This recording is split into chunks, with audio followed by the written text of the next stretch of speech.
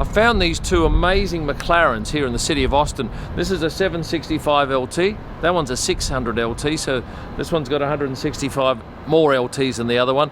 This one's about 600 grand US to buy, the other one, what, half the price? But they're pretty special looking vehicles. And when you drive around in one, as I have for the last few minutes, a lot of people stop and look. This is a 600 LT Spider. It's the track-oriented version of the McLaren 570S. It's got 600 horsepower, hence the name 600 LT, and it is extremely good on the track. It's just a good all-around car because you can put the top up or down. It's got a hard top, and you know it's going to hang with the fastest of them. There's no doubt that McLaren has a very big following in the US, but these cars are just so sexy. And in fact, you wouldn't even want to drive one for a couple of hours on a trip because quite frankly, some of them are quite uncomfortable. But they're not designed for that. They're designed to go fast and look good. Really good.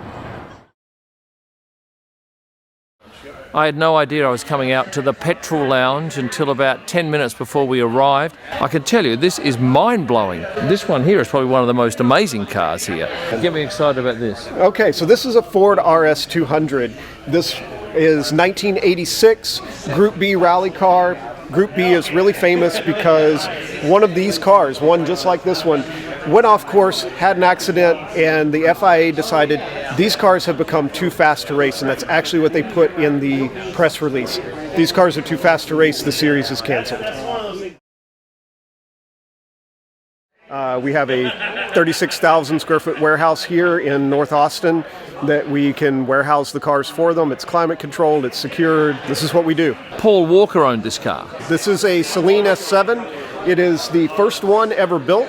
It's also the first twin turbo they ever built because Saleen kept this around as a test mule. It was in a 50 Cent video. If you watch the Candy Shop video, this car is actually in that video. So there's a lot of neat history wrapped up in this car. This is a 1925 Hispano Suiza. It's the oldest thing in the building currently. It is the thing that you bought when you were trying to impress your friends in 1925 that had a Rolls Royce. It is a wonderful machine. It's actually even fast today. Wonderful to drive. It's just an amazing piece of history and machinery.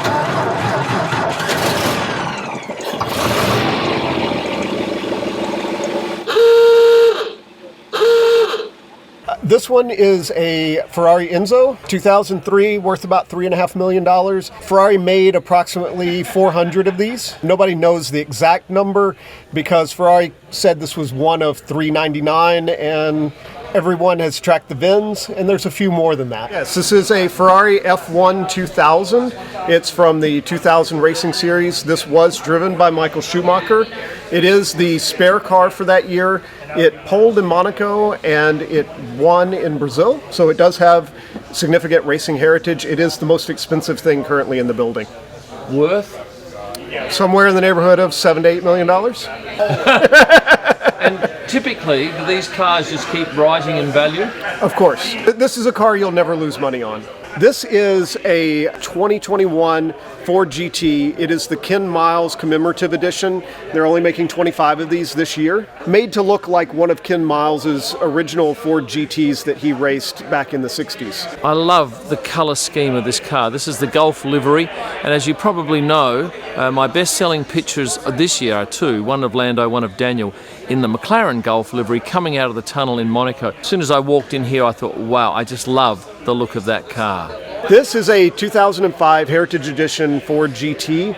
This is a special paint scheme that they did that replicates the Gulf livery on the famous race cars. When this was new, the paint job was about $6,000. Now it affects the value of the car a couple of $100,000. If you know Doc Martens boots and you love them, you're going to love this Ferrari. A 2015 Ferrari FF. The really significant thing here is this is a tailor-made car. It's got a lot of customizations, but the most significant of them is the owner had a pair of Doc Marten boots that he loved.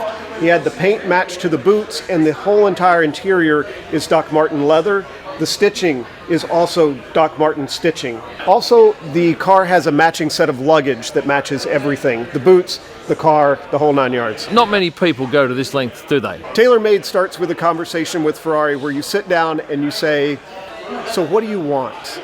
And you can have anything. If you can afford it, they'll do it for you. These Scuderia shields are hand-painted on the car by Ferrari, just like they were on the original 1950s and 60s race cars. We have a 1950s Rolls-Royce. We've got a couple of Ford 427 clones, Lotus Elise. This is the Lotus Esprit that celebrates their World Championship win. We've got a bunch of Corvettes.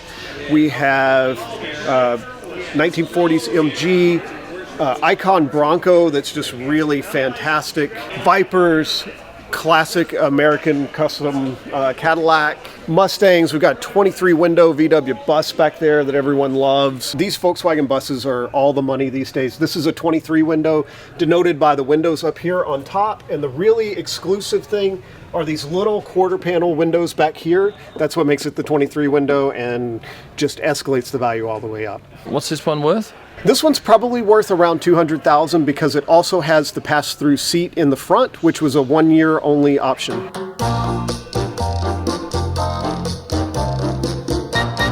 If you're staying in a hotel and you need washing done, you'll know how darn expensive it can be getting it done by the hotel. However, there are new apps popping up in all sorts of cities that find you a local person to do your washing. They pick it up dirty and drop it back clean. You'll save a fortune on what the hotel will charge you. So we keep having offers on this 55 Beetle here, mainly because it's just in impeccable shape. The paint job is really great, but also it has these semaphore turn signals. So this is actually a little flag that pops out and then blinks, and that is your turn signal on this car. There's no other turn signals anywhere on it. The rest of the body is clean. It's just a really unique piece of history. I learnt to drive in a VW like this, and I had so many arguments with my mother. It was full on. Lamborghini Aventador SVJ. This is the new hot Lamborghini. Super wide. It almost doesn't fit on public streets. It's really nerve-wracking to drive, and it doesn't fit on most car trailers.